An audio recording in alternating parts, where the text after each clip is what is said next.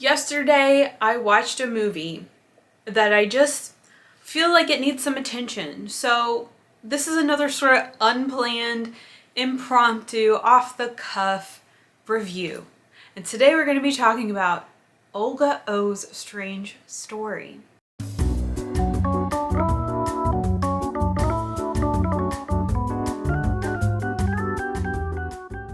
So just like in my La Praetora review video, this is me just speaking from the heart. I haven't read about this movie or the making of this movie or anything, but I still feel like I want to sit down in front of you and just talk this out. Olga O's Strange Story is a 1995 giallo. This first came to my attention, I think, when I was reading Jallo Meltdown by Richard Glenn Schmidt. I believe it may have been volume 2, but this did pique my interest because it is starring Serena Grandi. And y'all know, I love her. And also the title was just, it drew me in. What kind of a title is this? This is, I just had to see it. Even though the poster looks like this, I was like, I won't be able to continue with my life until I have satiated this curiosity, right? So thankfully, Paul sent this to me earlier this year, and last night is when I finally sat down to watch it. Now, he also sent me Lady of the Night, another Serena film, and I watched Lady of the Night recently too. I watched it first. It's raunchy. So and that's kind of what I was expecting from Olga O. I was like, I'm not sure what I'm getting into here, especially looking at this cover. But it actually was not as graphic as I was prepared for. Anyway, let's back up a little bit. This was directed by Antonio Bonifacio, and he's directed 7 films, and none of them I have seen, besides this one, of course. It is starring, of course, Serena Grandi as Olga. It's starring David Brandon as Olga's husband. You don't even know how much I enjoyed them as a couple. I just love both of them. I loved both of them together, and just seeing them together in this new way. Of course, they're both together in Delirium, but they aren't playing a couple. So it's fun seeing them play a couple in this film. I've really taken a liking to David Brandon. It's taken me a while, but now I like him. So him and Serena together was beautiful. And this film also has Florinda Bolkan in it. That is crazy. We have this 70s giallo icon, and then we have 2 80s giallo / Italian horror icons all together in this one, wrapped up in this 90s giallo package. It's a weird experience, but I think like these 3 people alone make it something that people should care about. Florinda looks way different in this movie. It took me a little minute to realize that was her, but she is giving lesbian art teacher vibes. I don't know. It's cool. She plays a very different type of character. Usually we're used to seeing her as this very somber character, but in this movie she's very upbeat and fun, and it's just crazy. But anyway, okay, let me tell you what this movie is about. Here's the synopsis that I wrote for my Letterboxd. Olga returns to her hometown to get some affairs in order after her mother's passing. She also hopes that by finding some closure, she can put an end to her recurring nightmares. Somewhat of a nervous wreck, Olga keeps her husband close by whenever possible. However, he's a busy man, and unfortunately, someone in town wants Olga dead. So yeah, we start off seeing Olga suffering from nightmares, talking to her doctor about it, and her doctor, she's saying like, I really don't want to go back home, and the doctor's like, you totally should. Everyone's telling her, you totally should. And we started to get some flashbacks of her past. It's all kind of confusing. It's like nothing is really fully explained properly, but it looks like Olga, when she was younger, I guess, she caught her dad doing something really bad. It seemed like he was attacking her friend, and then she walked in on it, and it seems like at some point after that, her dad ended up killing himself. And then the mom, I guess, blamed Olga for it. And so the mom and Olga drifted apart. And now the mom is also dead. It's like a weird backstory that doesn't actually really matter. But it's also frustrating that they didn't fully present it in a coherent way. The film is pretty disorienting in a lot of ways. But we start off with like, we don't know where Olga and her husband live, but they leave wherever they lived to go to wherever she used to live, and we don't know where that is either. Like, none of, even if give us like a fake name of a town or something, you know, I don't know. It just felt kind of confusing. And then when they get to the town, she starts seeing some old familiar faces of people she used to know. She also used to work at a strip club there. It's a little unclear if she was just a singer or if she was also a dancer. That's sort of up in like different people are saying different things, so that's kind of weird. In her parents' house, which is now empty except that the maid still lives in there, Olga finds a knife, and it's the same knife that has been in her recurring nightmares. And she goes and gets her husband like, oh my god, there's a knife, and then when he gets over there, it's gone. And he's like, you're just imagining things. And this film does play into that sort of giallo trope of you're just imagining it. Like, you're mentally unwell. You're hysterical. Like, I just can't believe what you're experiencing is true. So Olga's having these strange experiences, threatening phone calls, like almost getting run over on the street. And everybody she tells is like, really though? Are you sure you didn't just imagine it? So it has that like gaslighting element to it. Some murders do happen, and I think it is a pretty satisfactory mystery. It's one where you're going like, you feel like you can participate, you know, because you feel like you have enough clues where you're like, but it could be them and it could be them, and like, but how could this happen? So you feel they're giving you enough where you feel like you can kind of think it through and be a participant in the mystery.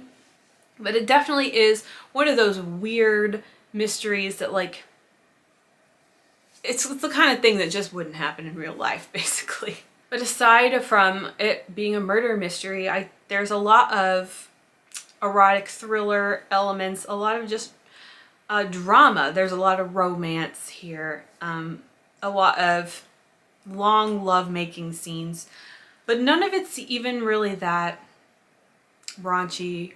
It's just kind of like standard erotic thriller sort of scenes. The music in this movie is just very 90s. I mentioned this in my Letterboxd review, but the early mid 90s era is very weird. I was calling it like it's leftover from the 80s, but it's just more awkward. It's like more tacky. The music is so strange, very overpowering. It sounds like one of those MIDI keyboards, and it's just like cheesy, you know? But I kind of like it. It does add this dreamy quality to the film, and the film does have a dreamy vibe to it, but it also has sort of a made-for-TV vibe. So it doesn't exactly feel classy or glamorous. And it's a shame because I feel like they could have played into the glamour a little bit more here, because we are dealing with Serena Grandi. She's gorgeous, but they really kind of tone her down for this movie, and I'm not sure the reason for that. I did want to say, when it comes to the characters, I feel like they're performed really well, not necessarily written really well. But David Brandon and Serena Grandi and Florinda Bolkan all do awesome. Serena, of course, looks beautiful. I wish they had styled her a little better, but she looks beautiful, and as always, does a really great job in what she's trying to convey. Although I do think the characters could have had a little more depth, but I just love every moment with her on screen. I always love to see her movies, so I was just really happy to see another one of hers, and one that's not as difficult to watch as A Lady of the Night. Some of the kills were pretty good. Some happen off screen. I think we still got some nice visuals, but the violence was definitely not the star of this movie. And really, the eroticism wasn't that extreme either, which is fine. Someone else's review said that it's just like long, boring sex scenes, and now I'm like, you're right. But I just think this film is not really that bad. It's like a little, I don't want to say a diamond in the rough, but maybe like a crystal in the rough, you know, like it has some merit. I think for a 90s giallo, this is pretty good. We have this cast of David, Serena, and Florinda, which is just awesome.